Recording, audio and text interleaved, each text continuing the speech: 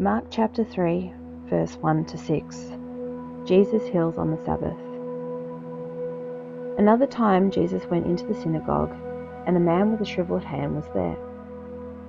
Some of them were looking for a reason to accuse Jesus, so they watched him closely to see if he would heal him on the Sabbath.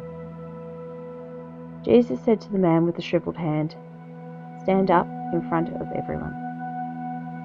Then Jesus asked them, "Which is lawful on the Sabbath, to do good or to do evil, to save life or to kill?" But they remained silent.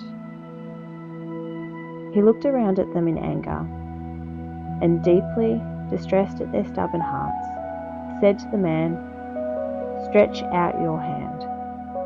He stretched it out, and his hand was completely restored. Then the Pharisees went out and began to plot with the Herodians how they might kill Jesus. Mark chapter 3, verse 7 to 12. Crowds follow Jesus. Jesus withdrew with his disciple to the lake, and a large crowd from Galilee followed. When they heard about all he was doing, many people came to him from Judea, Jerusalem, Idumea, and the regions across the Jordan and around Tyre and Sidon. Because of the crowd, he told his disciples to have a small boat ready for him to keep the people from crowding him. For he had healed many, so that those with diseases were pushing forward to touch him. Whenever the impure spirits saw him, they fell down before him and cried out, "You are the Son of God." But he gave them strict orders not to tell the others about him. Mark chapter 3, verse 13 to 19. Jesus appoints the 12. Jesus went up on a mountainside, and he called to him those he wanted, and they came to him. He appointed 12 that they might be with him, and that he might send them out to preach, and to have authority to drive out demons. These are the 12 he appointed: Simon, to whom he gave the name Peter; James, son of Zebedee, and his brother John. To them he gave the name Boanerges, which means sons of thunder; Andrew, Philip, Bartholomew, Matthew, Thomas, James, son of Alphaeus, Thaddeus, Simon the Zealot, and Judas Iscariot, who betrayed him. Mark chapter 3, verse 20 to 35. Jesus accused by his family and by teachers of the law.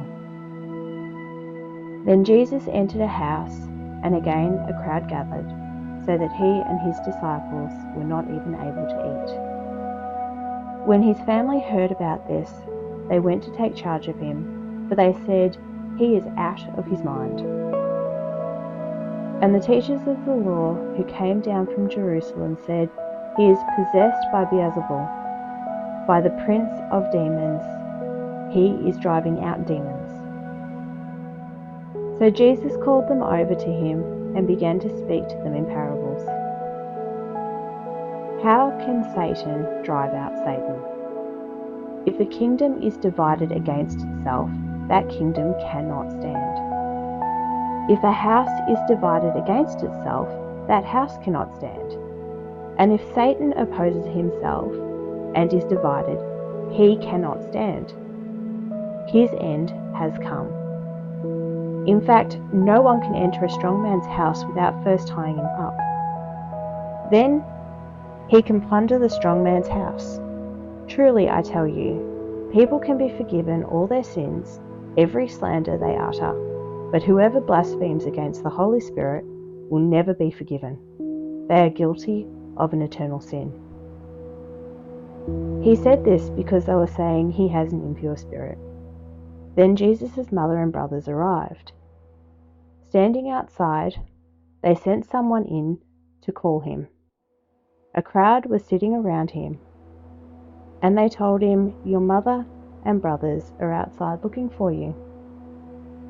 "Who are my mother and my brothers?" he asked. Then he looked at those seated in a circle around him and said, Here are my mother and my brothers. Whoever does God's will is my brother and sister and mother.